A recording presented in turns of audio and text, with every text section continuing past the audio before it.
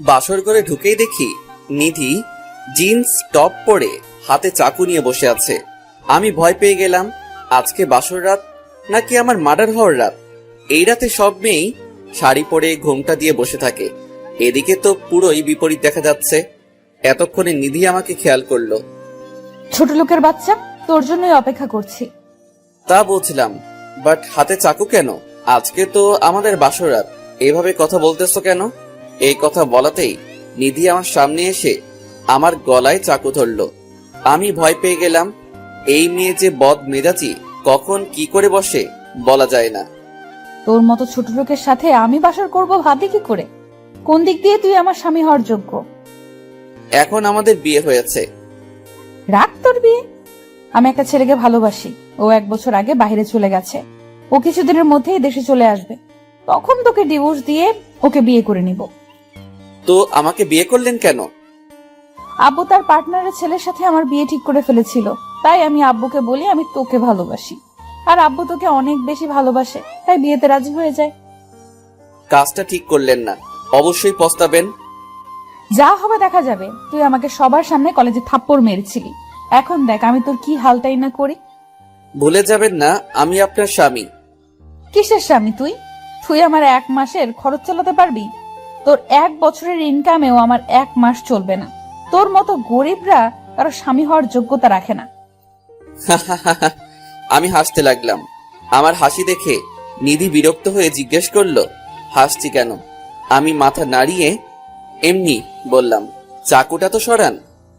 তোর মতন জানোয়ারকে বিশ্বাস নেই, কখন কি করে বসিস, তাই সেফটি নিয়ে আসছি। আর তোরা তো থাকিস সুযোগের অপেক্ষায়। স্টপ মিস নিধি, আরেকজনের চরিত্র নিয়ে কথা বলার আগে নিজের চরিত্র ঠিক করেন। আপনি আমার বিয়ে করা বউ, আপনার উপর পুরো অধিকার আছে আমার, বাট জোর করে আপনার সাথে কিছু করার ইচ্ছে নেই আমার। হ্যাঁ, জানা আছে আমার কি করবি আর কি না করবি। যা সোফায় গিয়ে ঘুমিয়ে পড়। আমি আর কথা না বাড়িয়ে শুতে চলে গেলাম। এদিকে নিধিও খাটে শুয়ে পড়লো। আমি ভাবতে লাগলাম নিধি তো কাউকে ভালোবাসে না, তো মিথ্যা কথা কেন বলল? থাক, এসব ভেবে আমার কোনো কাজ নেই, আমি ঘুমিয়ে পড়ি। আমি সোফায় থেকে নিধির দিকে মুখ করে শুয়ে আছি। ঘুমন্ত অবস্থায় মেয়েটাকে কতটা সুন্দর লাগে, আর এই মেয়েটাই কিনা এতটা বদমেজাজি। এসব ভাবতে ভাবতে আমিও ঘুমিয়ে পড়লাম। এবার আমার পরিচয়টা দিয়ে দেই। আমি নীল, বাবা মায়ের বড় সন্তান। আমার ছোট একটা বোন আছে তিথি। আমার বাবার ঢাকা শহরের একজন স্বনামধন্য ব্যবসায়ী। কোনো এক কারণে আজ আমার সব থাকতেও কিছুই নেই, বাবা মা থাকতেও আমি এতিম। আর নিধি হলো আমার মালিকের মেয়ে। আমাকে যখন বাসা থেকে বাহির করে দেওয়া হয়, তখন আমি কাউকে কিছু না বলে চট্টগ্রাম চলে আসি। সেদিন রাতে রেল স্টেশনের পাশে বসেছিলাম। আসার সময় ওয়ালেট, ফোন কিছু নিয়ে আসিনি। কি করব কিছুই বুঝতেছিলাম না। সেদিন রাতে নিধির বাবা আমাকে রাস্তা থেকে বাসায় নিয়ে আসে। আঙ্কেল অনেক ভালো মনের মানুষ। সকালে দরজা ধাক্কানোর শব্দে আমার ঘুমটা ভেঙে গেল। আমি উঠে আমার বালিশটা খাটে নিয়ে রাখলাম। দরজা খুলেই আমি এক প্রকার সারপ্রাইজড হয়ে গেলাম। দেখি আমার বেস্ট ফ্রেন্ড রানা এসে গেছে। অভিনন্দন দোস্ত। ধন্যবাদ। না জানিয়ে বিয়েটা করে ফেললি। গত রাতে হঠাৎ করে সব হয়ে গেছে, সরি দোস্ত। ঠিক আছে। নিধি এখনো ওঠেনি মনে হয়। না, শুয়ে আছে। এই কথা বলতেই নিধির ঘুম ভেঙে গেল। নিধি ঘুম থেকে উঠেই সোফার দিকে না তাকিয়ে নিজের পাশে আমার বালিশ থেকে বলতে শুরু করলো, ছোট লোক, তুই আমার পাশে শোয়ার সাহস কোথা থেকে পেলি? এখন তোমাদের বিয়ে হয়েছে, নীল তোমার সাথে থাকবে না তো কার সাথে থাকবে? রানা, তুমি তুমি কখন এলে? সব ঠিক আছে তো নীল? আরে সবই ঠিক আছে। আসলে ও আমার উপরে রাগ করেছে, তাই শেষ রাতে আমাকে সোফায় পাঠিয়ে দেয়। ও আচ্ছা, কেন কিছু করতে পারোস নাই নাকি? কানের কাছে এসে আস্তে আস্তে বলল। শালা, আমি কি তোর মতো টিউবলাইট নাকি? বিড়বিড় করে কি বলছো? ওটা তুমি বুঝবে না। ওকে, তোমরা কথা বলো, আমি ফ্রেশ হয়ে আসি। আচ্ছা যাও। আমি আর রানা সোফায় গিয়ে বসলাম। রানা আমার দিকে সন্দেহের দৃষ্টিতে আছে। ও কি কিছু বুঝে ফেললো নাকি? বুঝলে তো ও আঙ্কেলকে সবটা বলে দিবে, আর আঙ্কেলও কষ্ট পাবে। রানা আবারও বলল, সব ঠিক আছে তো? হ্যাঁ রে বাবা, সব ঠিক আছে। আচ্ছা বাইরে যাব, ফ্রেশ হয়ে আই। ওকে। নিধি না ওয়াশরুমে শাওয়ার নিচ্ছে, আমি কি করে এখন ফ্রেশ হতে যাব? এখন ওয়াশরুমে গেলে ও নিশ্চিত আমাকে খুন করবে, আর না গেলেও রানা সব বুঝে যাবে। কি হলো, যাচ্ছিস না কেন? এখন গেলে নিধি লজ্জা পাবে। রাতে লজ্জা পাইনি, এখন লজ্জা পাবে? আরে বোকা, লাইট তো অফ ছিল।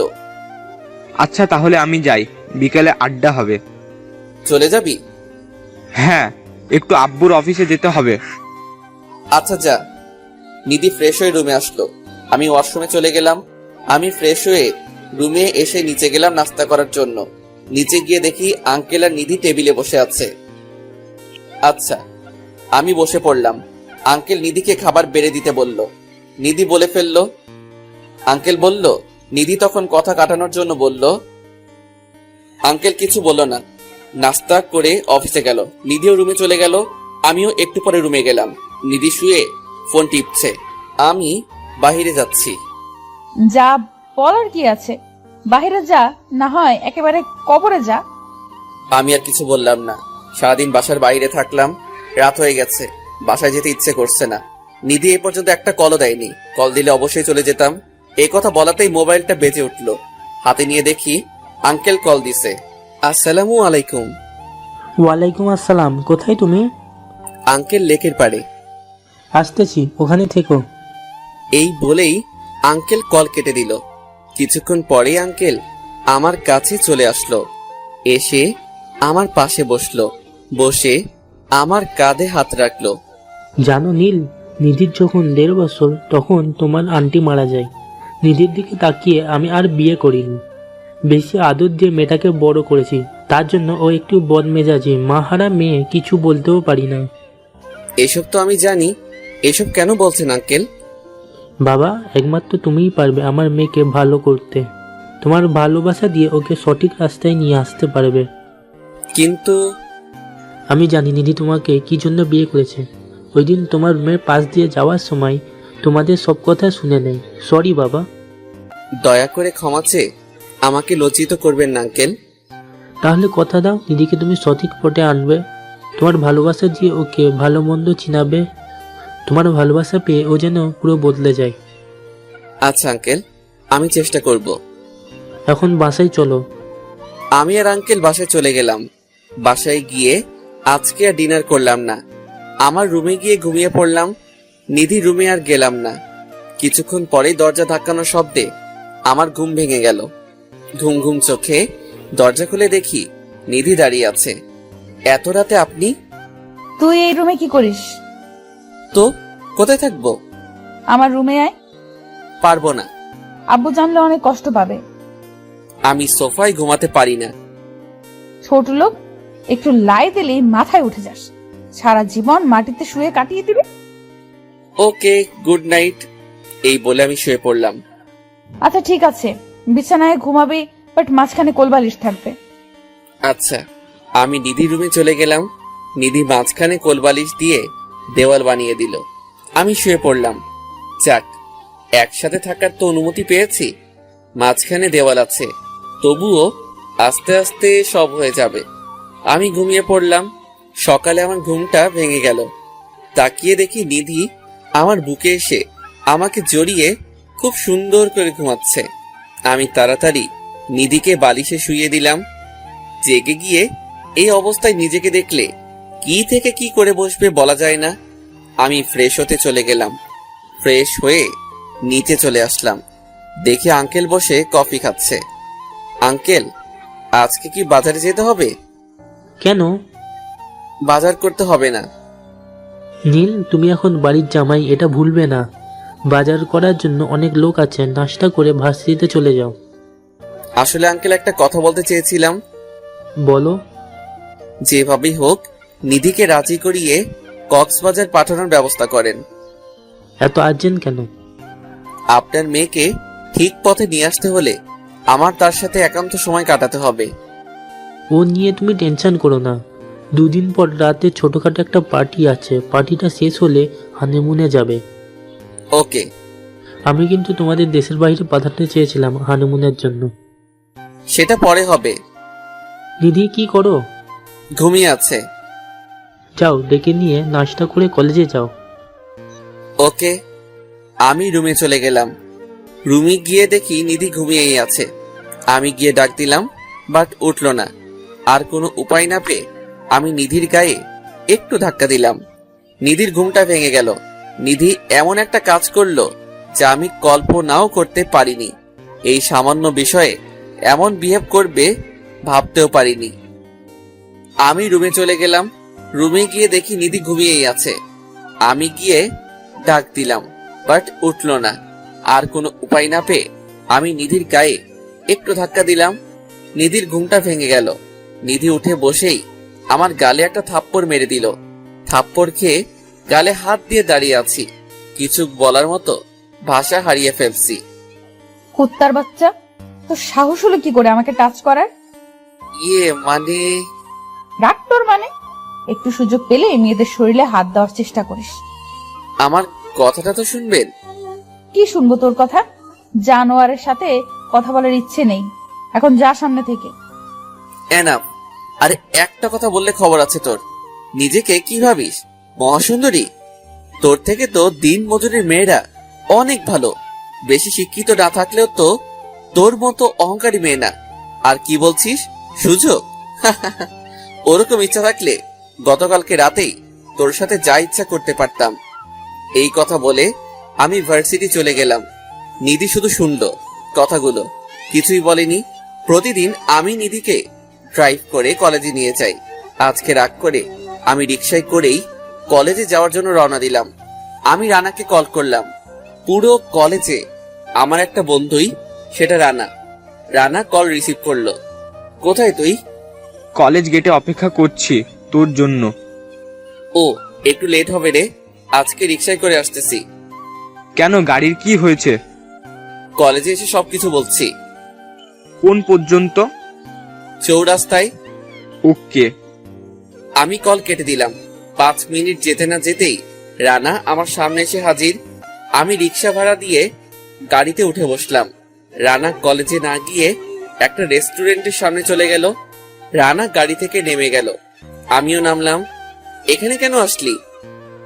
সকালে নাস্তা করেছিস? না, করা হয়নি। জানতাম, চল ভিতরে চল। আমি আর রানা নাস্তা করে বাইরে চলে আসলাম। এরপর আমরা কলেজে চলে গেলাম। কলেজে গিয়ে রানা গাড়ি পার্ক করে আসলো।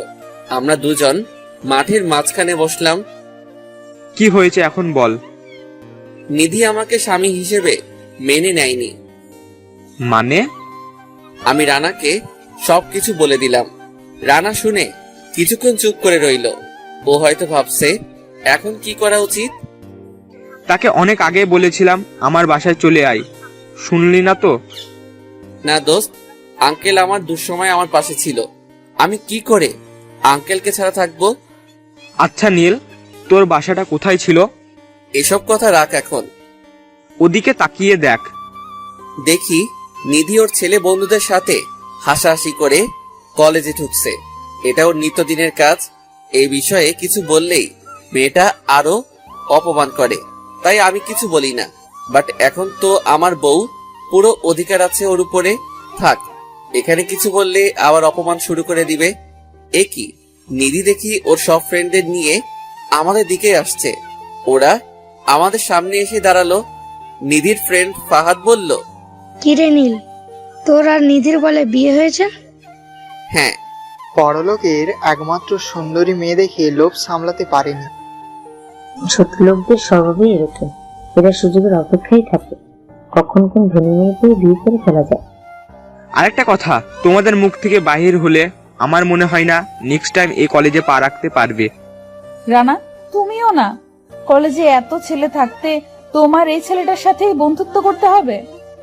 দেখো নিধি, এই কথাটা অন্যকে বললে তাকে যে কি করতাম আমি নিজেও জানি না। নীল এখন তোমার স্বামী, এটা মনে রেখো। আর একটা নিধি, তোমাকে বলে দিলাম, যে এরকম করতেছো একসময় সে এরকম টাই ফিরে পাবে। এই কথা বলাতে নিধি মুখ বাঁকা করে চলে গেল। আমি শুধু শুনলাম, বলার মতো কিছুই নেই। আর আপনারা হয়তো ভাবছেন আমি মন খারাপ করে বসে আছি। আরে না, আমি হাসলাম, শুধু কথাগুলো শুনে, এগুলো শুনে আমার পুরোটাই অভ্যাস আছে। আমার এই হাসি দেখে রানা কেমন অদ্ভুত দৃষ্টিতে আমার দিকে তাকিয়ে আছে। রানা যদি আমার ফ্রেন্ড না হতো তাহলে যে কত অত্যাচারী আমার সহ্য করতে হতো। আজকে আমাদের কলেজে নতুন প্রফেসর আসবে। তুই কি করে জানলি? গতকাল রাতে আব্বু বলল। রানার আব্বু এই কলেজের প্রতিষ্ঠাতা। ও, চলো ক্লাসে চলে যাই। ক্লাসে গিয়ে বসে আছি। আমি আর রানা সামনের বেঞ্চে বসলাম। কিছুক্ষণ পরে প্রিন্সিপাল স্যার রুমে আসলো। তার পিছনে পিছনে একজন লোক আসলো। লোকটা মুখ আমার চিরচেনা। সে এখানে কি করতে এসেছে? এখন আমার পরিচয়টা সবাই না জানলেই হয়। লোকটাকে দেখে আমি চমকে উঠলাম। সে আর কেউ নয়, আমার সাবেক ভার্সিটির প্রফেসর রিয়াদ স্যার। কি করব কিছুই বুঝতে পারতেছি না। প্রিন্সিপাল স্যার আসাতে আমরা সবাই দাঁড়িয়ে গেলাম। স্যারের দৃষ্টি এখনো আমার উপরে পড়েনি। এই হলো তোমাদের নিউ প্রফেসর রিয়াদ খান। ঢাকা শহরে অনেক নামকরা ভার্সিটির প্রফেসর ছিলেন ইনি। তার এখানে ট্রান্সফার হয়েছে। কেমন আছেন স্যার? আলহামদুলিল্লাহ ভালো। তোমরা সবাই কেমন আছো?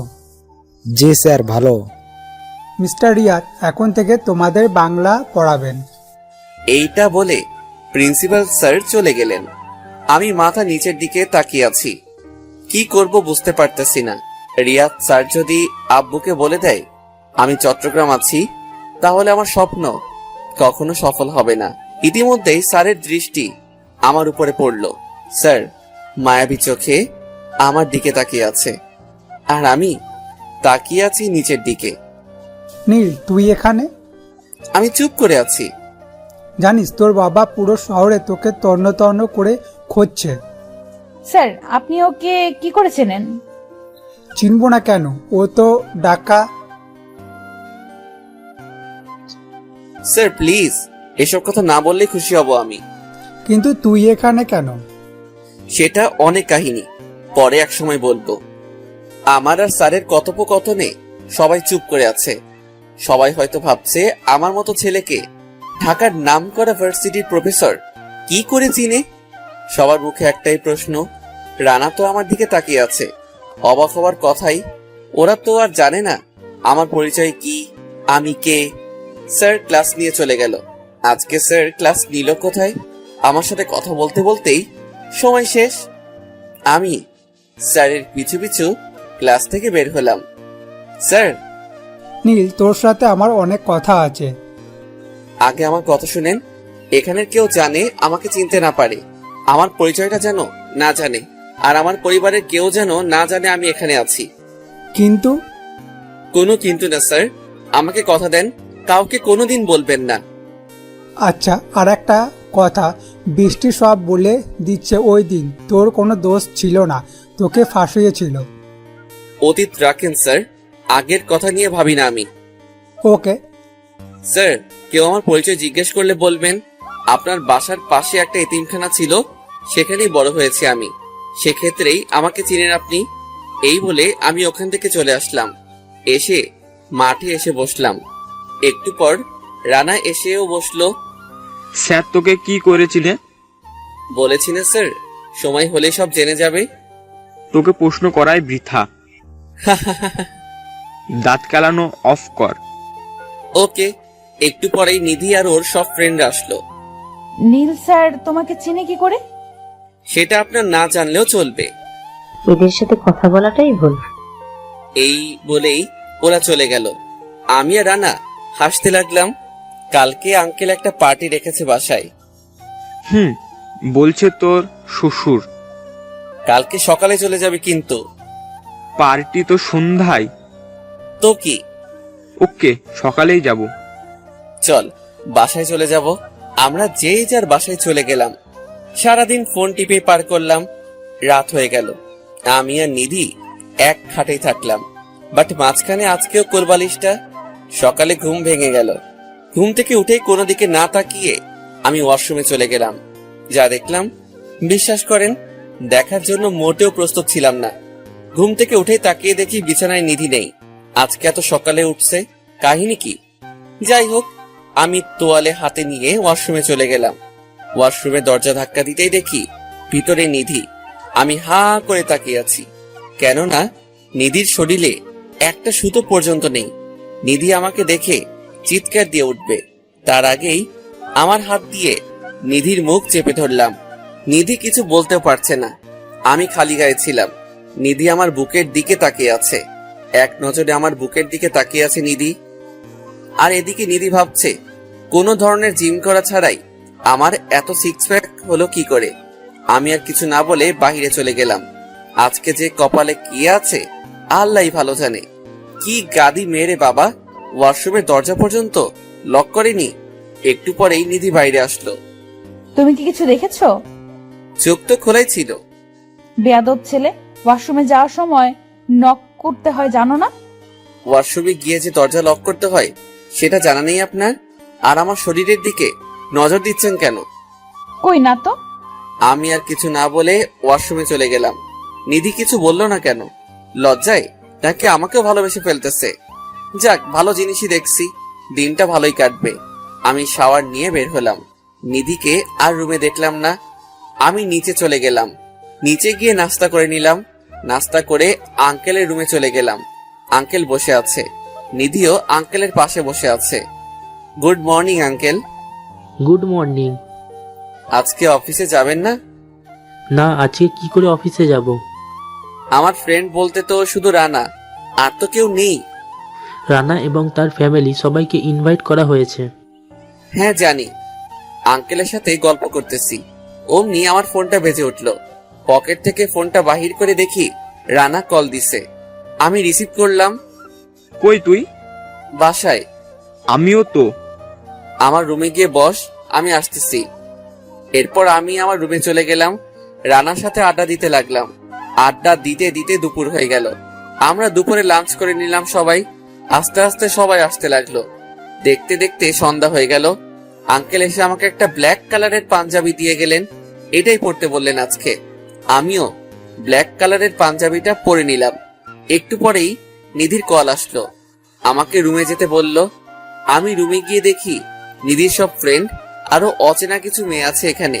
এদের মধ্যে দু একজনকে চিনি, তারা হলো নিধির কাজিন। কিছু বলবেন? না। তাহলে যাই। ওরা তোমার সাথে পরিচয় হবে। নিধির এক কাজিন বলে ফেললো, এসব ছোট লোকদের সাথে আমি পরিচিত হই না, এদের দেখলে আমার গা জ্বলে। আরেকজনই বলল, ঠিকই বলেছিস, এদের মতো ছেলেদের কাজই কখন কোন বড় লোকের মেয়েদের বিয়ে করে রাতারাতি কোটিপতি হওয়া যায়। আরেকটা মেয়ে বলল, তোমরা যে যাই বলো, ভাইয়াটা দেখতে অনেক সুন্দর। অপমান করা শেষ হয়েছে? শেষ হলে আমি যাই। এই বলে চলে আসলাম। নিধি ভাবতে শুরু করলো, কেমন ছেলে রে বাবা এটা, এত অপমান করি কিছু মনেই করে না। আর এদিকে আমি ভাবতে লাগলাম, বাবার হোটেল থেকে বের হলেই দুনিয়াটা কতটা কঠিন সেটা হাড়ে হাড়ে টের পাচ্ছি আমি। কিছু করার নেই, সবই সহ্য করতে হবে। তবে ইনশাআল্লাহ আমারও দিন আসবে, অপেক্ষায় থাকলাম। চোখ দিয়ে হঠাৎ করেই এক ফুটো পানি গড়িয়ে পড়ল। আমি চোখের পানিটা মুছে ফেললাম। চোখের পানিগুলো জানি কেমন অল্পতেই চলে আসে। পার্টিতে সবাই উপস্থিত হয়েছে। আমি আর রানা এক জায়গায় দাঁড়িয়ে গল্প করতেছি। তখনই দেখি উপর থেকে নিধি নিচে আসছে। নিধিকে দেখি মাশাআল্লাহ বলে ফেললাম। মেয়েটা এত সুন্দর, বাট ব্যবহারটা কি বাজে। নিধিকে দেখতে একদম অপসরীর মতো লাগছে। এত প্রশংসা করছি, কেন প্রেমে পড়ে গেলাম নাকি? পড়লেই প্রবলেম কি, আমারই তো বউ। তখনই আঙ্কেল আমাকে আর নিধিকে তার কাছে যেতে বলল।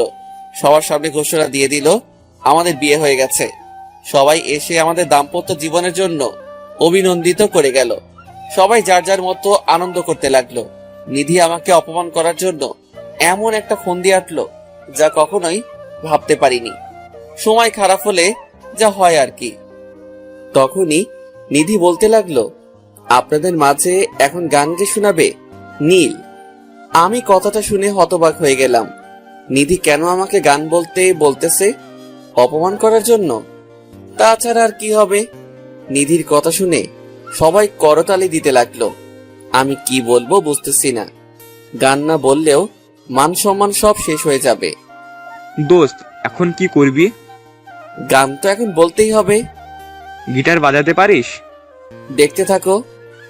এরপর আমি একজনের কাছ থেকে গিটারটা হাতে নিয়ে গিটার বাজাতে লাগলাম। গিটারের সুর শুনে সবাই হাসতে লাগলো। আমি আসতেই মিনারে তুই তো আমার সব গানের একটা সুর উঠালাম। এবার সবাই মনোযোগ দিয়ে শুনতেছে। এরপর আমি গাইতে লাগলাম। গানটা পুরো গাইলাম। গান শেষে সবাই করতালি দিতে লাগলো। আর নিধি তো অবাক হয়ে আমার দিকে তাকিয়ে আছে। গান শুনে অনেক মেয়ে এগিয়ে এসে আমার সাথে পরিচিত হলো। আমিও সবার সাথে টুকটাক কথা বলতেছি। আমি মেয়েদের সাথে কথা বলতেছি, এটা দেখে মনে হয় নিধি জেলাস ফিল করতেছে। আমি আরো বেশি বেশি করে মেয়েদের সাথে কথা বলতে লাগলাম। ফাটিয়ে দিয়েছিস মামা। হুম, এত ভালো গাইতে পারিস জানতাম না তো। হয়েছে। নিধির মুখের দিকে একবার তাকা। আমি হাসতে লাগলাম। আস্তে আস্তে সবাই চলে গেল।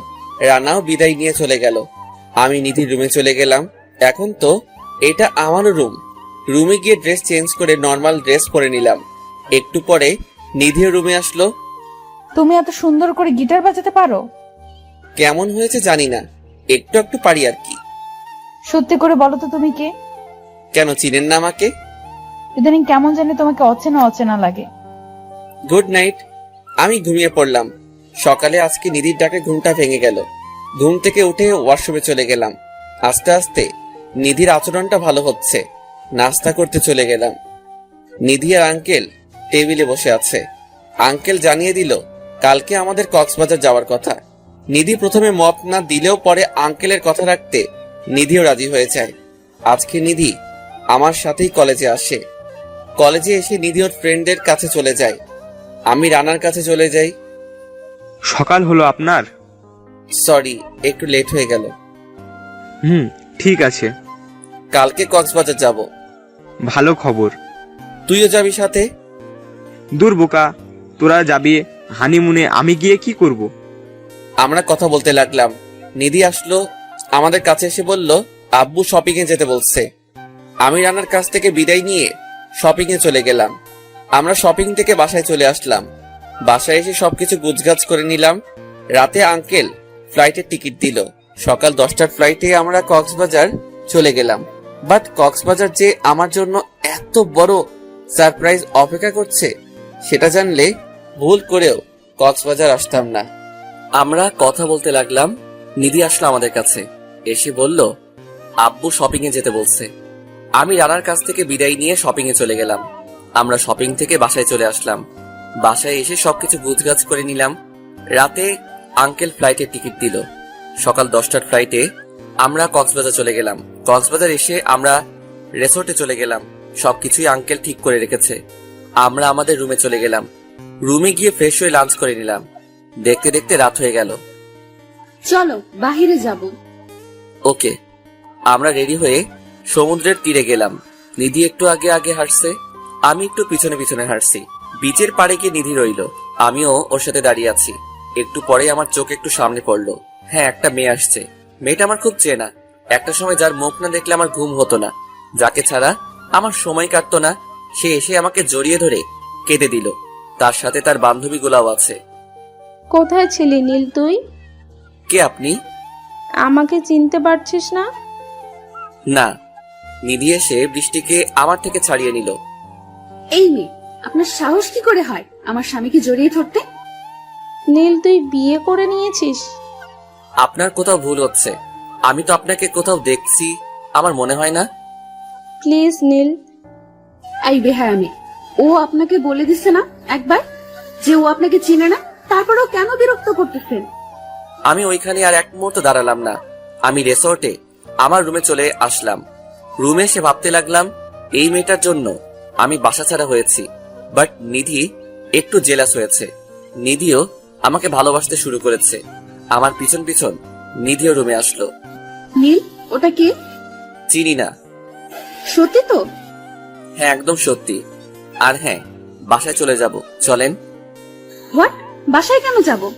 ওকে, আপনি থাকেন, আমি চলে যাব। একটা কথা বলি। বলেন। চলো আমরা সাজেক যাই। আঙ্কেলকে জানাতে হবে? না, আব্বুকে বলতে হবে না। আব্বুকে আমি সব বলে দিব। ওকে। দেন আমরা রিসোর্ট থেকে বের হয়ে রাঙামাটির উদ্দেশ্যে রওনা দিলাম। যেতে যেতে আমাদের অনেক রাত হয়ে গেল। এখানে আমার একটা ফ্রেন্ড আছে, তাকে কল দিলাম। আমার কল পেয়ে সে একদম অবাক হয়ে গেল। পুরো 9 মাস পরে তাকে কল দিলাম। হ্যালো, কই তুই? আমি তো বাসায়। আমি তোদের বাসার আশেপাশে আছি। লোকেশন পাঠা। 10 মিনিটের মধ্যে রিফাত আমাদের কাছে চলে আসলো। এসেই আমাকে জড়িয়ে ধরলো। দোস্ত, কেমন আছিস তুই? আলহামদুলিল্লাহ ভালো, তুই? এই তো ভালো। সাথে কে এইটা? তোর ভাবি। না জানিয়ে বিয়ে করে নিলি? আর তুই আর বাসায় যাস নাই? না দোস্ত, সময় হলে সব বলবো। এখন ভালো একটা হোটেল বুক কর দে। আম্মু তোকে নিয়ে বাসায় যেতে বলেছে, আর আমার বাসায় উঠবি। না, একসময় যে আন্টির সাথে দেখা করে আসবো। এরপর রিফাত একটা হোটেলে আমাদের জন্য রুমটা বুক করে দিয়ে চলে গেল। আমি আর নিধি রুমে চলে গেলাম। রুমে গিয়ে ফ্রেশ হয়ে নিলাম। সারাদিন জার্নি করাতে অনেকটাই ক্লান্ত লাগছে। আমি রানাকে কল করে বলে দিলাম আমি সাজেক আসছি। দেন আমরা ডিনার করে ঘুমিয়ে পড়লাম। সকালে ঘুম থেকে উঠে আমরা নাস্তা করে রিফাতদের বাসায় চলে গেলাম। সারাদিন ওইখানে কাটিয়ে সন্ধ্যার সময় রিফাতের বাসা থেকে বাহির হলাম। দেখি একটা টং দোকানের মতো দোকান, ওইখানে ভাং বিক্রি হচ্ছে। মাটির গ্লাসে সবাই খাচ্ছে। নিধির চোখটাও ওদিকেই পড়লো। নিধি জিজ্ঞাসা করলো, ওটা কি? আমি বললাম চিনি না। নিধি বলল, ওটা খাবে? অনেকবার না করার পরেও শুনলো না। দেন জোর করে খেয়ে ফেললো। একসময় নিধি নেশায় পড়ে গেল, আবল তাবল বকছে। আমি নিধিকে নিয়ে রেসোর্টে চলে গেলাম। নিধি ওয়াশরুমে চলে গেল। ওয়াশরুমে গিয়ে বমি করতে লাগলো। নিধিকে নিয়ে এসে শুইয়ে দিলাম, বাট ওর ড্রেসটা নষ্ট হয়ে গেছে। কি করব বুঝতেছি না, ও তো একেবারে সেন্সলেস হয়ে পড়েছে। নিধি সকালে ঘুম থেকে উঠেই আমাকে গালাগালি করতে শুরু করলো। আমি রেসোর্টের একজন মহিলা স্টাফ নিয়ে আসলাম। ওনাকে বললাম নিধির ড্রেসটা চেঞ্জ করে দিতে। আমি বাইরে অপেক্ষা করতে লাগলাম। ড্রেস চেঞ্জ করে দিয়ে মেয়েটি চলে গেল। আমি নিধির গায়ে ভালো করে কাঁথা দিয়ে দিলাম। মাঝ রাতেই নিধি কাঁপছে। গায়ে হাত দিয়ে দেখি প্রচন্ড জ্বর এসেছে। আমি সারা রাত জেগে নিধির গায়ে জলপট্টি দিলাম। একসময় জলপট্টি দিতে দিতে ঘুমিয়ে পড়লাম। সকালে নিধির কাঁদার শব্দে আমার ঘুমটা ভেঙে গেল। তাকিয়ে দেখি নিধি বসে বসে কাঁদছে। বুঝলাম না কাঁদতেছে কেন, কোনো বাজে স্বপ্ন দেখলো নাকি, কি হয়েছে? এই কথা বলাতেই নিধি আমার গালে 2টা থাপ্পড় মেরে বসলো। এতক্ষণ ঘুম ঘুম চোখ ছিল। থাপ্পড় খেয়ে আমি ভালো করে নিধির দিকে তাকালাম। কেঁদে কেঁদে চোখ লাল করে ফেলছে। আমার ড্রেসটা চেঞ্জ করার সাহস তুই কোথা থেকে পেলি? না জানি রাতে আমার সাথে আরো কি কি করেছিস। এসব কি বলছেন? একদম ঠিক বলছি। তোকে আমি বিশ্বাস করতে শুরু করেছিলাম, আর তুই বিশ্বাসের এই মর্যাদা দিলি। আপনি যা ভাবছেন তা কিছুই হয়নি। সব ছেলেরাই এমন, ওরা থাকেই সুযোগের অপেক্ষায়। সুযোগ পেলেই হায়নাদের মতো মেয়েদের শরীরের উপর ঝাঁপিয়ে পড়ে। দূর হ চোখের সামনে থেকে। আমি আর কথা না বাড়িয়ে চলে গেলাম রুম থেকে। এখন আর হাজার বললেও বিশ্বাস করবে না। আমি যাওয়ার সময় বলে গেলাম রুমে নিধির জন্য নাস্তা দেওয়ার জন্য। আমি নিচে গিয়ে একটা হোটেলে খেয়ে নিলাম আর একা একা ঘুরতে লাগলাম। কালকে রাতে যে মেয়েটি নিধির ড্রেস চেঞ্জ করে দিয়েছে, সে খাবার নিয়ে নিধি রুমে যায়।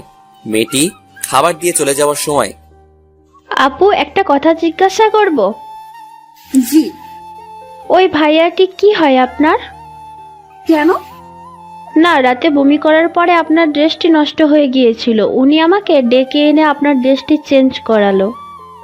ড্রেস আপনি চেঞ্জ করেছেন? হ্যাঁ, আর ওই ভাইয়াটা সারা রাত আপনার মাথায় জলপট্টি দিয়েছে। ওকে। এরপর মেয়েটি চলে গেল। বিনা কারণে নীলকে এতগুলো কথা শোনালাম, এমনকি গায়ে পর্যন্ত হাত তুললাম। না জানি ছেলেটা কত কষ্ট পাচ্ছে। পাক, তাতে আমার কি? আমি তো আর ওকে ভালোবাসি না। নিধি এসব ভাবতে লাগলো। নিধি এবার আমাকে কল করে রুমে আসতে বলল। আমি রুমে আসলাম। সরি। ভুল কিছু করেননি তো? আর হ্যাঁ, বাসায় চলে যাব এখনই। না, আপনার ইচ্ছা হলে আপনি থাকতে পারেন। আমরা বাসায় চলে আসলাম। বাসায় এসে আঙ্কেলকে বললাম ওখানে ভালো লাগে না, তাই চলে এসেছি। এইভাবে কেটে গেল প্রায় 4 মাস। হ্যাঁ, আমি আর নিধি এখন ভালো বন্ধু।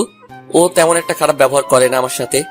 এখন আমরা আলাদা আলাদা রুমে থাকি, কথাও কম বলি। আমাদের ডিল হয়েছে 6 মাস পরে আমাদের ডিভোর্স হয়ে যাবে। এই বিষয়ে আঙ্কেল কিছু জানে না। এই শহরে আর মাত্র 2 মাস থাকবো, ডিভোর্স হয়ে গেলে ঢাকা চলে যাব। নিধি আমার রুমে আসলো। রুমে সে বলল আজকে ওর বেস্ট ফ্রেন্ড রোহানের জন্মদিন, রাতে বাড়ি একটা পার্টি রেখেছে। আঙ্কেল নিধিকে একা যাওয়ার অনুমতি দিবে না, তাই সাথে আমাকেও নিয়ে যাবে। আমি রাজি হয়ে গেলাম।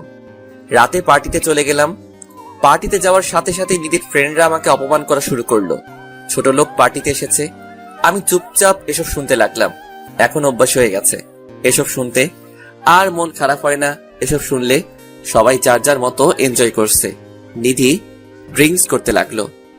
নিধি ড্রিঙ্কস করতে করতে অবস্থা খারাপ করে ফেলছে। রোহান নিধিকে উপরে নিয়ে যাচ্ছে। আমি তেমন একটা খেয়াল দিলাম না। নিধির একটা ফ্রেন্ড এসে বলল রোহানের মতলব ভালো না, আর ও এমনিতে অনেক বাজে ছেলে। আমিও ওদের পিছন পিছনে গেলাম। ওর একটা রুমে গিয়ে রুম আটকে দিল।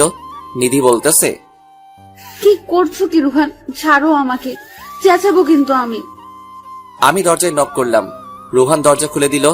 দরজা খোলার সাথে সাথেই রোহানের বুকে লাথি দিয়ে ফেলে দিলাম। আস্তে আস্তে সবাই এখানে আসলো। আমি রোহানকে মারতে লাগলাম। এতক্ষণে নিধির হালকা নেশা কেটে গেছে।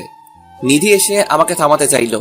আমি থামলাম না দেখে নিধি আমার গালে থাপ্পড় দিল। আমি অবাক হয়ে গালে হাত দিয়ে দাঁড়িয়ে আছি। সবার সামনে নিধি আমার গায়ে হাত তুলল। সবাই অবাক হয়ে গেছে। ছোট লোকের বাচ্চা, তোর সাহস হয় কি করে হ্যাঁ রুহানের শরীরে হাত তোলার? আপনার সাথে খারাপ ব্যবহার করছিল। সেটা আমি বুঝবো। জানোয়ারের বাচ্চা, যাদের বাবা মা ঠিক নাই তারা কি ভদ্রতা শিখেছে নাকি?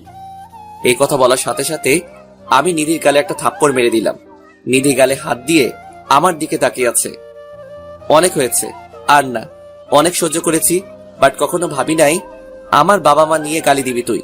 তুই আমার সম্পর্কে কতটা জানিস? আর কথায় কথায় কি বলস ছোট লোক? আরে আমার বাবা চাইলে তোদের মতো বড় লোকদের সকাল বিকেল কিনতে পারে। শুধু আঙ্কেলকে কথা দিয়েছিলাম, তাই এতদিন এসব সহ্য করেছি। আর না, আর সহ্য করব না। তোর মতো মেয়ে আমার বাসার সামনে সবসময় সিরিয়াল ধরে থাকে, বাট আমি কিনা তোর মতো অহংকারী একটা মেয়ের প্রেমে পড়লাম। গুড বাই মিস নিধি। এই বলে আমি ওখান থেকে বেরিয়ে আসলাম। ওখান থেকে এসে রানার বাসায় চলে গেলাম। গিয়ে রানাকে সব বললাম। রানা বলল, ওদের বাসায় যাওয়ার কোনো প্রয়োজন নেই তোর। আমি রানাকে বলে দিলাম আমি আমার বাসায় চলে যাব। রানা অবাক হয়ে বলল, তোর বাসা কোথায়? ঢাকা। তাহলে তুই এখানে কি করিস? দিন আমি রানাকে সব বললাম। সব শুনে রানা আমাকে জড়িয়ে ধরে কেঁদে দিল। রানা বলতে লাগলো, দোস্ত, তোর ভেতর এত কষ্ট বোঝা যায়নি। রানা অনলাইনে সকাল 6টার বাসের টিকিট কেটে রাখলো। ওদিকে নিধির ফ্রেন্ড রানা নিধিকে অনেক কথা শোনাতে লাগলো। ছেলেটা তোর ইজ্জত বাঁচালো, আর তুই ছেলেটার সাথে কি ব্যবহারটাই না করলি। সবাই নিধিকে এসব কথা শোনাতে লাগলো। নিধি তো কাঁদতে কাঁদতে বাসায় চলে গেল। আমার ফোন আমি অফ করে রাখলাম। আঙ্কেল আর নিধি নাম্বারে কল দিতে লাগলো। রানা বলে দিল ও জানে না আমি কোথায়। আমি আর রানা ঘুমিয়ে পড়লাম। সকালে রানা বাস স্টেশন পর্যন্ত আমাকে ড্রপ করে দিল। সকাল 11টার সময় আমি ঢাকা গিয়ে পৌঁছালাম। 1 বছর 2 মাস পরে সেই চেনা শহরে পা রাখলাম। আমি আমার পুরনো সিমটা চালু করলাম। আমার ফ্রেন্ড জয়কে কল করলাম। কল দেওয়ার সাথে সাথে জয় কল রিসিভ করলো। নীল, কোথায় তুই? জানিস তোর সাথে যোগাযোগ করার কত চেষ্টা করেছি। স্টেশনে আছি, এসে নিয়ে যা। ওয়েট, আসতেছি আমি। কিছুক্ষণের মধ্যেই জয় এসে পড়ল। জয় এসেই আমাকে জড়িয়ে ধরলো। আমিও জয়কে জড়িয়ে ধরলাম। জয়কে ছাড়া আমি কখনো এতদিন দূরে থাকিনি। আগে আমরা টাঙ্গাইলে থাকতাম, তখন একসাথে স্কুলে পড়তাম। আমরা তখন ক্লাস 2তে পড়ি।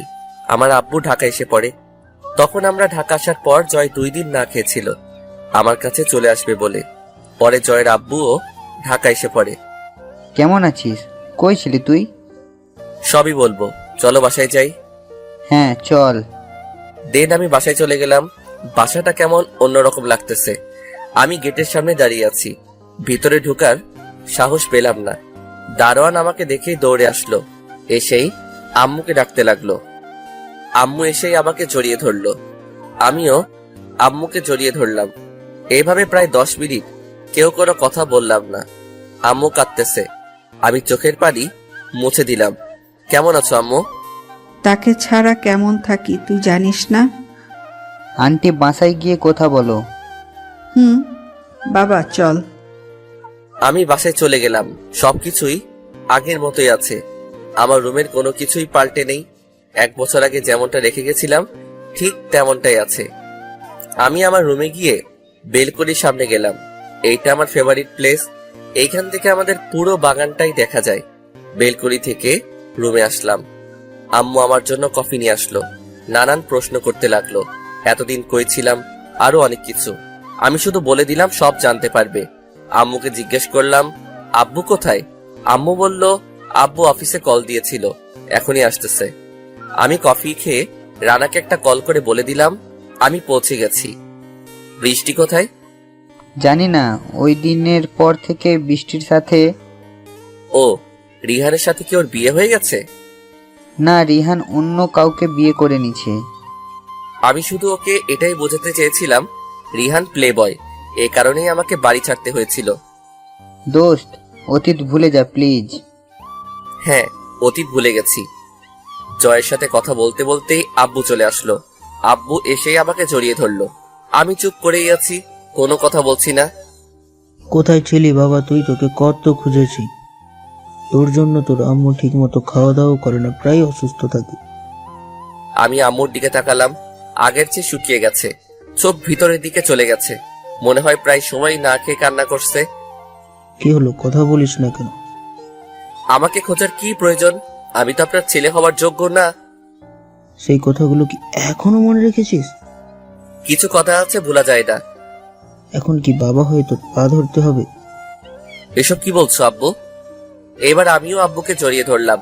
সবাই শুধু এক প্রশ্নই করছে, কোথায় ছিলাম এতদিন, বাট কাউকে কিছুই বললাম না। বৃষ্টিকে কল দিয়েছিলে? কেন মশাই? না না, লাবণ্য এসেছিল, ওর সাথে বাইরে গেছে। ওকে কল করার প্রয়োজন নেই। বৃষ্টির কথা বলতে না বলতে বৃষ্টি এখানে এসে হাজির। বৃষ্টি আসাতে সবাই রুম থেকে চলে গেল। বৃষ্টি এসে আমার পায়ে পড়ে গেল। প্লিজ আমাকে ক্ষমা করে দাও নীল, আমি অনেক বড় ভুল করে ফেলেছি। পা ছাড়েন প্লিজ। আর 1 মিনিট আমার সামনে থাকলে আমি এই বাসা থেকে চলে যাব। এমন করো না নীল, প্লিজ আমাকে মাফ করে দাও। Get out. বৃষ্টি কাঁদতে কাঁদতে চলে গেল। চলে যাক, তাতে আবার কি। এই মেয়েটাকে এক সময় অনেকটাই ভালোবাসতাম। এভাবে কেটে গেল 3 দিন। এদিকে আঙ্কেল ও দিদির সাথে কথা বলে না। নিধি ভালো করে বুঝতে পারতেছে ও আমার প্রেমে পড়ে গেছে। এদিকে আঙ্কেলও আমাকে তন্ন তন্ন করে খুঁজতেছে। আর কিছু না ভেবেই নিধি রানার কাছে গেল, সাথে আঙ্কেলকেও নিয়ে গেল। রানা নিধিকে দেখে অবাক হয়ে গেল। নীল কোথায়? আমি জানি না। প্লিজ বলো। সরি, আমি সত্যি জানি না। রান্না জেনে থাকলে বলে দাও, আমার মেয়েটা না খেয়ে কান্না করতে করতে শেষ হয়ে গেল। সেটা আগে বুঝা উচিত ছিল আঙ্কেল। নিধি কম অপমান করেই নাই নীলকে, কখনো স্বামী সম্মানটাই পায়নি নীল। আমি আমার ভুল বুঝতে পেরেছি, তুমি আমাকে শুধু একবার বলো নীল কোথায়। আমি জানি না। রানাকে অনেক রিকোয়েস্ট করার পরেও রানা বলেনি আমি কোথায়। নিধি আর আঙ্কেল হতাশ হয়ে বাসায় ফিরলেন। এদিকে আঙ্কেল মেয়ের কান্না একদমই সহ্য করতে পারছে না, কি করবে কিছু বুঝতেছেও না। হঠাৎ করেই নিধির মনে হলো ভার্সিটিতে নিউ একজন প্রফেসর আসছে, সেই একমাত্র নীলের খোঁজ দিতে পারবে। নিধি আর লেট না করে আঙ্কেলকে নিয়ে ভার্সিটিতে চলে গেল। ভার্সিটিতে গিয়ে স্যারের কেবিনে চলে গেল দুজনেই। স্যার বসতে বলল। স্যার নীল কোথায়? আমি কি করে জানাবো নীল কোথায়? স্যার আপনি সবই জানেন, প্লিজ বলেন। তুমি নীলের কে হও? আমি ওর ওয়াইফ। হোয়াট? বাট আমি খেয়াল করতাম তোমরা সারাদিনই নীলকে অপমান করতে। Sorry sir. নীলের পরিচয় আমি দিতে পারবো না। এবার নিধি স্যারের পা ধরে কেঁদে দিল। এবার স্যারের অনেকটাই মায়া লাগলো। স্যার নিধিকে উঠিয়ে বসিয়ে দিয়ে 1 গ্লাস পানি দিল। নীল কোনো সাধারণ ফ্যামিলির ছেলে না। তাহলে কেউ? আপনি অবশ্যই চিনবেন ওর বাবাকে, যেহেতু আপনিও একজন ব্যবসায়ী। নাম কি ওর বাবার? কি সত্যি? একদম সত্যি। আপনাদের কথা তো আমি কিছুই বুঝতে পারতেছি না। তাহলে শোনো, ঢাকা শহরে টপ 5 জন ধনী ব্যক্তির মাঝে নীলের বাবা একজন। তাহলে ও ঢাকা থেকে এখানে আসলো কেন? অনেক কাহিনী আছে এখানে। সবকিছু খুলে বলেন। ওকে, তাহলে শোনো। নীল ওর বাবা মায়ের একমাত্র সন্তান। খুব ভালো স্টুডেন্ট ও ছিল, একটু রাজনীতি করত। বাবা মায়ের খুব আদরের সন্তান ছিল। বাবার টাকার অভাব নেই, বাট ওর কোনো অহংকার ছিল না। নীল একটি মেয়েকে ভালোবাসতো, সেটা হলো বৃষ্টি। বৃষ্টি নীলের বড় চাচুর মেয়ের বোন। বৃষ্টি খুব ছোট থাকতেই ওর মা বাবা মারা যায়। সেখান থেকেই বৃষ্টি নীলের আম্মুর কাছে মানুষ হয়। বৃষ্টি নীলের 1 বছরের বড়, সেই ক্ষেত্রে বৃষ্টি নীলকে ভালোবাসতো না। বাট নীলের আব্বুর স্বপ্ন ছিল বৃষ্টিকেই ঘরের বউ করবে। একদিন নীল আর নীলের ফ্রেন্ডরা কলেজে বসে আছে, তাকিয়ে দেখে রিহান আর ওর ফ্রেন্ডরা মিলে একটা মেয়েকে জোর করে সিগারেট খাওয়াচ্ছে। মেয়েটা কান্না করে দিছে। এই দেখে নীল আর ওর ফ্রেন্ডরা রেহানের কাছে চলে যায়। রেহান ছিল নীলের 1 ব্যাচ সিনিয়র। বৃষ্টির আর রেহান ছিল সেম ব্যাচ। এখানে কি হচ্ছে? এখানে কি হচ্ছে সেটা তো দেখতে হবে না। তাকে অনেক বুঝিয়েছি, আড্ডা। আজকে তোর র্যাগিং করা বের করব। এই বলে নীল আর ওর ফ্রেন্ডরা রেহান আর ওর ফ্রেন্ডের ইচ্ছা রকম মারে। একসময় প্রিন্সিপাল স্যার এসে ঝগড়া থামিয়ে দেয়। কি হচ্ছে নীল? রিহান তোমার সিনিয়র। ও এই আপুটাকে এখানে জোর করে স্মোক করাচ্ছিল। এইরকম ছাত্র কলেজে রাখার প্রয়োজন নেই। এখনই সব ছেলেকে রাস্টিকেট করবেন। প্রিন্সিপাল রেহানকে বলল মেয়েটির কাছে ক্ষমা চাইতে। রেহান আর কোনো উপায় না পেয়ে ক্ষমা চেয়ে নেয়। বাট রেহানের মনে রাগ রয়ে যায়। রেহান কোনোভাবেই নীলের উপর প্রতিশোধ দিতে পারতেছিল না। রেহান আর কোনো বুদ্ধি না পেয়ে বৃষ্টিকে পটিয়ে ফেলে। বৃষ্টিও রেহানের ফাঁদে পা দেয়। সেখান থেকে নীলের জীবনে এলোমেলো হয়ে যায়। নীল বৃষ্টিকে ছোটবেলা থেকে ভালোবাসতো। যে ছেলেটা কখনো সিগারেট পর্যন্ত শুয়ে দেখিনি, তারপর থেকে রেগুলার ড্রিঙ্কস করতে শুরু করে। ফ্রেন্ডরা অনেক বোঝায়, কিন্তু কারো কথা শোনে না। এটা নিয়ে নীলের আব্বু আম্মু অনেক চিন্তিত হয়ে পড়ে। বৃষ্টি রেহানের উপরে অনেকটা দুর্বল হয়ে পড়ে। বৃষ্টি, নীল বাসায় থাকলে আমাদের কখনো এক হতে দিবে না। চলো আমরা বিয়ে করে ফেলি। এখনই না, একটা রাখতে পারলেই আমি তোকে বিয়ে করব। কি কথা? নীলকে বাসা থেকে তাড়াতে হবে। বৃষ্টি এতটাই রিহানের প্রেমে মগ্ন ছিল যে রিহানের সব প্ল্যান এই রাজি হয়ে গেল। একদিন সকাল 6টার দিকে বৃষ্টি নীলের রুমে যায়। রুমে গিয়ে নীলকে ডেকে তোলে। বৃষ্টি গিয়ে দরজা লক করে দেয় আর নিজের জামা হালকা ছিঁড়ে চুলগুলো এলোমেলো করে চিল্লাতে থাকে। নীল শুধু অবাক হয়ে তাকিয়ে আছে। এক সময় নীলের আব্বু আর আম্মু এসে দরজা ধাক্কাতে লাগে। বৃষ্টি নীলের দিকে তাকিয়ে একটা শয়তানের হাসি দেয়, তারপরে গিয়ে দরজাটা খুলে দেয়। দরজা খুলেই নীলের আম্মুকে জড়িয়ে ধরে কেঁদে দেয়।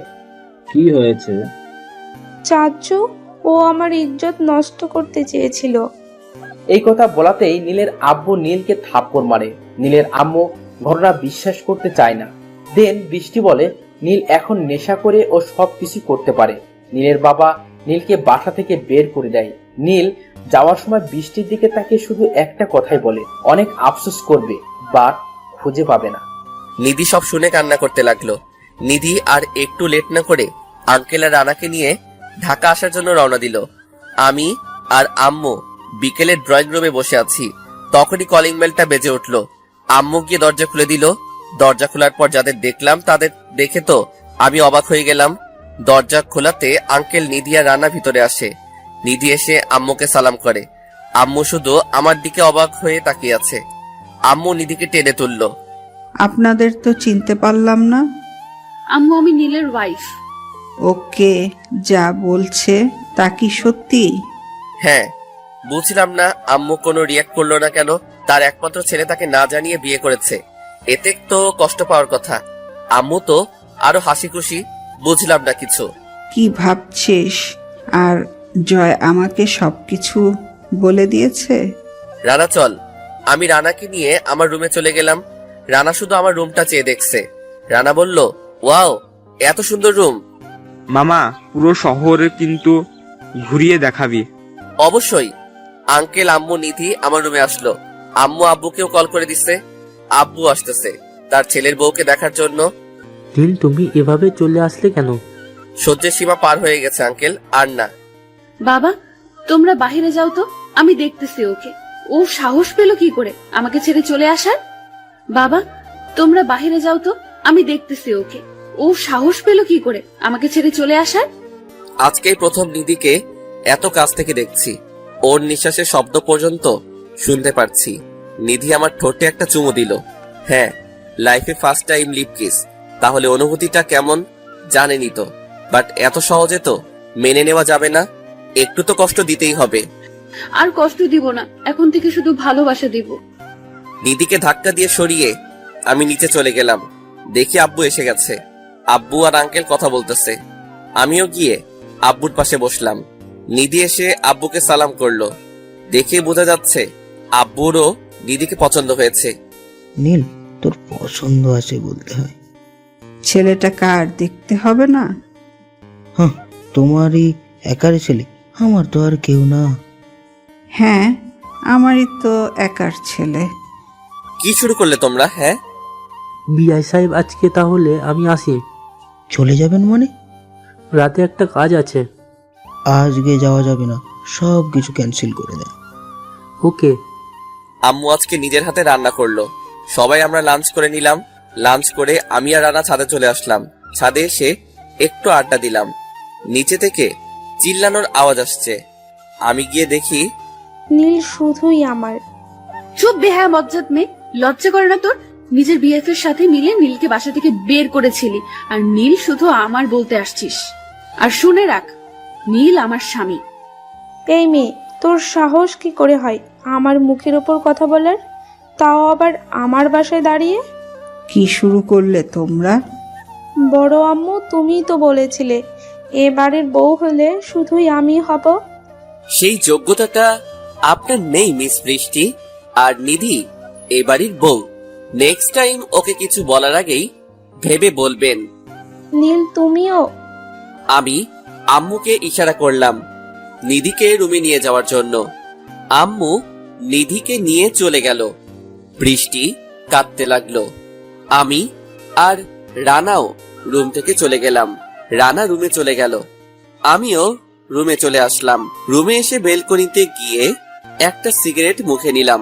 হঠাৎ করেই যেন কোথা থেকে নিধি এসে ছো মেরে আমার মুখ থেকে সিগারেটটা কেড়ে নিল। তোর সাহস হলো কি করে?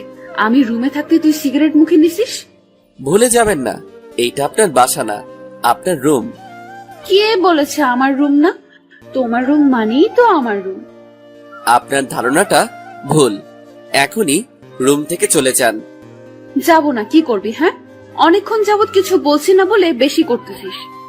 এই বলে নিধি আমাকে পিছন থেকে জড়িয়ে ধরলো আর বলতে শুরু করলো, প্লিজ আগে সবকিছু ভুলে যাও। এখন তো আমি তোমাকে অনেক ভালোবাসি, প্লিজ নিজের করে নাও আমাকে। আপনি ভালোবাসলে হবে না, আমি তো আর ভালোবাসি না। কিন্তু তোমার চোখ যে অন্য কথা বলছে। না, আমার চোখও এইটাই বলছে।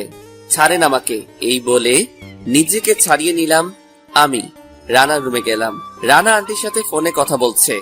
কথা বলা শেষ হলে আমি রানাকে নিয়ে বাহিরে ঘুরতে গেলাম। জয়কে কল দিয়ে আমাদের পুরনো আড্ডাখানায় আসতে বললাম। আমি আর রানা গাড়ি নিয়ে বেরিয়ে পড়লাম। আমরা আড্ডাখানায় চলে গেলাম। এখানে আমার সব ফ্রেন্ড, ছোট ভাইরা এসেছে। তাদের সাথে মত বিনিময় করলাম। সবার সাথে আড্ডা দিয়ে বাসায় চলে আসলাম। বাসায় আসতে আসতে রাত হয়ে গেল। রাতে আমরা সবাই মিলে ডিনার করে নিলাম। ডিনার শেষে আঙ্কেলকে রুমে দিয়ে আসলাম। আমি আর রানা অনেকক্ষণ আড্ডা দিলাম ছাদে। আড্ডা শেষ করে রুমে চলে আসলাম। রুমে এসে দেখি নিধি খাটে বসে আছে। আমি যাওয়ার সাথে সাথেই নিধি আমাকে জড়িয়ে ধরলো। নিধির ছোঁয়া আমার কাছে অনেক ভালো লাগতেছে। বাট এত সহজে তো নিধিকে আর মেনে নেওয়া যাবে না। আমি নিধিকে ধাক্কা দিয়ে দূরে ঠেলে দিলাম। আমি গিয়ে চুপচাপ খাটের এক পাশে শুয়ে আছি। নিধি এসে আবারও আমাকে জড়িয়ে ধরলো। এইবার উঠে বসে নিধির গালে একটা থাপ্পড় মেরে দিলাম। থাপ্পড় খেয়ে নিধি স্তব্ধ হয়ে গেল। আসলে থাপ্পড়টা মারার কোনো ইচ্ছাই ছিল না। নিধি কান্না করতে লাগলো। আমি বালিশ নিয়ে সোফায় চলে গেলাম। নিধি কান্না করতে করতে ঘুমিয়ে পড়লো। আমি আস্তে আস্তে নিধির কাছে গিয়ে বসলাম। ফর্সা গালটা লাল হয়ে গেছে। আমি আস্তে আস্তে নিধির গালে একটা চুমু দিলাম। দেন আমি এসে ঘুমিয়ে পড়লাম। সকালে নিধির ডাকে ঘুম ভেঙে গেল। ঘুম ঘুম চোখে তাকিয়ে দেখি, বাট যা দেখলাম নিজেকে কন্ট্রোল করতে পারবো কিনা জানি না। সদ্য গোসল করে এসেছে নিধি। নিধির শরীরে শুধু টাওয়েল পেঁচানো, চুল থেকে ফোঁটা ফোঁটা পানি পড়তেছে। আসলে ভেজা চুলে মেয়েদের একটু বেশি মায়াবী লাগে। আমি এক ধ্যানে নিধির দিকে তাকিয়ে আছি। ওভাবে তাকিয়ে কি দেখতেছো? কিছু না, বাট আপনি এই অবস্থায় কেন? কেন, এই অবস্থাতে ভালো লাগছে না নাকি? একদম না। নিধি মন খারাপ করে আবার ওয়াশরুমে চলে গেল। কি করে বোঝাই, এ অবস্থায় তুমি যদি বেশিক্ষণ আমার সামনে থাকো তাহলে তো নিজেকে আর কন্ট্রোল করতে পারবো না। এ কি, নিধি ওয়াশরুম থেকে কাপড় নিয়ে রুমে আসলো। রুমে এসে আমার সামনেই ড্রেস চেঞ্জ করতে লাগলো। ওয়াশরুম কি হয়েছে? ওয়াশরুমে আমার প্রবলেম আছে, এখানেই চেঞ্জ করব। তোমার কোনো সমস্যা? আর তুমি আমার স্বামী, তোমার সামনে ড্রেস চেঞ্জ করতেই পারি আমি। আমি আর কথা না বাড়িয়ে ওয়াশরুমে চলে গেলাম। ফ্রেশ হয়ে আমি রুমে আসলাম। রুমে এসে শুয়ে আছি আর গেম খেলতেছি। একটু পরেই নিধি রুমে আসলো। নিধি এসে বলল নিচে যেতে নাস্তা করার জন্য, সবাই ওয়েট করতেছে। আমি রানাকে নিয়ে নিচে চলে গেলাম। আমরা সবাই একসাথে সকালের খাবার খেতে বসলাম। আমি খাওয়া শুরু করলাম, বাট আজকের খাবারের স্বাদটা অন্যরকম। এইটা তো আম্মুর হাতে রান্না না। আম্মু, তুমি রান্না করেছো? অনেক সুন্দর হয়েছে। নিধি রান্না করছে? আমি আর কোনো কথা না বলে চুপচাপ খেয়ে নিলাম। খেয়ে আমার রুমে চলে আসলাম রানাকে নিয়ে। রানাকে বললাম রেডি হয়ে নিতে। আমিও রেডি হতে লাগলাম। কোথায় যাচ্ছ? হ্যাঁ, কোথায়? আমার পুরনো ভার্সিটিতে। আমাকে সাথে নিবে? রেডি হয়ে নেন। নিধি এমন ভাবে বলল আমি না করতে পারলাম না। নিধি খুশিতে আমাকে জড়িয়ে ধরলো। আঙ্কেল আসলো রুমে। রুমে আঙ্কেল এসে আমাদের এই অবস্থায় দেখে ফেললো। আঙ্কেলও এসে বোকা হয়ে গেছে। ধুর, আমি এত ভয় কেন পাচ্ছি? নিধি তো আমার বউ। সরি। আসো আব্বু। নীল, আমি এখন চলে যাব। বাবা মা মরা মেয়েটাকে কখনো কষ্ট দিও না। চলে যাবা আব্বু? আঙ্কেল নিধিকে বুকে জড়িয়ে নিল। আঙ্কেল বিদায় নিয়ে চলে গেল, বাট নিধির মোডটা অফ হয়ে গেল। আমি, রানা, নিধি রেডি হয়ে গাড়ি নিয়ে বেরিয়ে পড়লাম। জয়কে কল করে ভার্সিটিতে চলে আসতে বললাম।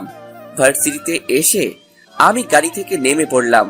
রানা আর নিধিও আমার পিছন পিছন নেমে গেল। ভার্সিটি একবারে নিস্তব্ধ হয়ে গেছে। সবার লোক এখন আমাদের দিকে। সবাই হয়তো আমাকে দেখে অবাক হচ্ছে। আস্তে আস্তে অনেকেই আমাদের দিকে এগিয়ে আসলো। সবার সাথেই কথা বললাম। আজকে অনেক ভালো লাগা কাজ করতেছে। প্রিন্সিপালের রুমে কতক্ষণ বসে আমি বিদায় নিয়ে চলে আসলাম। রানা আর নিধিকে অনেক জায়গায় ঘুরালাম। দেন দুপুরে একটা রেস্টুরেন্টে লাঞ্চ করলাম। এভাবে 14-15 দিন কেটে গেল। নিধিকে যত অবহেলা করি, নিধি এতে একটু বিরক্ত হয় না। এতে বোঝা যায় নিধির এখন শিক্ষা হয়ে গেছে। একদিন রাতে ডিনার করে এসে আমি শুয়ে আছি। নিধি একটা চাকু হাতে নিয়ে রুমে আসলো। আমি নিধির হাতে চাকু দেখে একটু অবাক হলাম। নিধি ডাইরেক্ট এসে আমার উপরে শুয়ে পড়ল। কি হচ্ছে কি? আজকে আমাকে আপন করে না নিলে এই চাকু দিয়ে নিজেকে শেষ করে দিব। মজা করার আর জায়গা পান না। এই কথা বলাতেই নিধির চাকু দিয়ে ওর হাতে একটা পোজ দিয়ে দিল। নিধির হাত থেকে রক্ত বেরোচ্ছে। নিধি আরেকটা পোজ দেওয়ার আগেই আমি হাত থেকে চাকুটা কেড়ে নিলাম। দাও আমাকে চাকুটা। আমাকে যখন ক্ষমা করবেই না, তাহলে আমি নিজেকে শেষ করে দিব। তাহলে আমার কি হবে? এই কথা বলাতে নিধি আমাকে অনেক শক্ত করে জড়িয়ে ধরলো। আমি নিধির হাতের কাটা জায়গায় ওষুধ লাগিয়ে ব্যান্ডেজ করে দিলাম। শক্ত করে জড়িয়ে ধরলাম নিধিকে। ও কাঁদতেছে, কাঁদুক। আজকের পরে থেকে ওর চোখে কখনো পানি আসতে দিব না। তোমার বুকে একটু মাথা রাখা যাবে? হ্যাঁ, আমি শুয়ে পড়লাম। নিধি আমার বুকে মাথা দিয়ে শুয়ে আছে। আমি নিধির মাথায় হাত বুলিয়ে দিচ্ছি। আমি নিধির কপালে একটা চুমু দিলাম। নিধি লজ্জায় আমার বুকে মুখ লুকালো। আমার একটা জিনিস চাই, দিবে? হ্যাঁ, বলো কি চাও? আমাকে একটা বেবি দাও, আর কিচ্ছু লাগবে না। ও আচ্ছা, এই কথা? হ্যাঁ। লজ্জায় নিধির গাল দুটো লাল হয়ে গেল। দেন আমরা লুডো খেলতে ব্যস্ত হয়ে পড়লাম। এইভাবে কেটে গেল আরো 4টি বছর। আজকে আমার মেয়ে কুহুর জন্মদিন। আজকে ওর 3 বছর পূর্ণ হলো। তাই বাসায় ছোটখাটো একটা পার্টির আয়োজন করা হয়েছে। আমি রেডি হচ্ছি, তখনই নিধি রুমে আসলো। নিধি এসে আমাকে বলল রেডি হতে। এতক্ষণ লাগে? আমি শুধু হাসলাম আর নিধিকে জড়িয়ে ধরলাম। কি করছো কি? কুহু এসে পড়বে। আসবে না তাও বলতে পারলাম না, তার আগে আমার ছোট্ট সোনা আর আম্মু আব্বু এসে হাজির। পাপ্পাই, তুমি আম্মুকে দলিয়ে ধরেছ কেন? আমি তো ধরতে চাইনি, তোমার আম্মুই তো আমাকে জড়িয়ে ধরলো। তুমি শুধু আমালে ঝুলিয়ে তুলবা। আচ্ছা মামুনি। কুহুর কথা শুনে আমরা সবাই হাসতে লাগলাম আর এইভাবেই কাটতে লাগলো আমাদের দিনগুলি।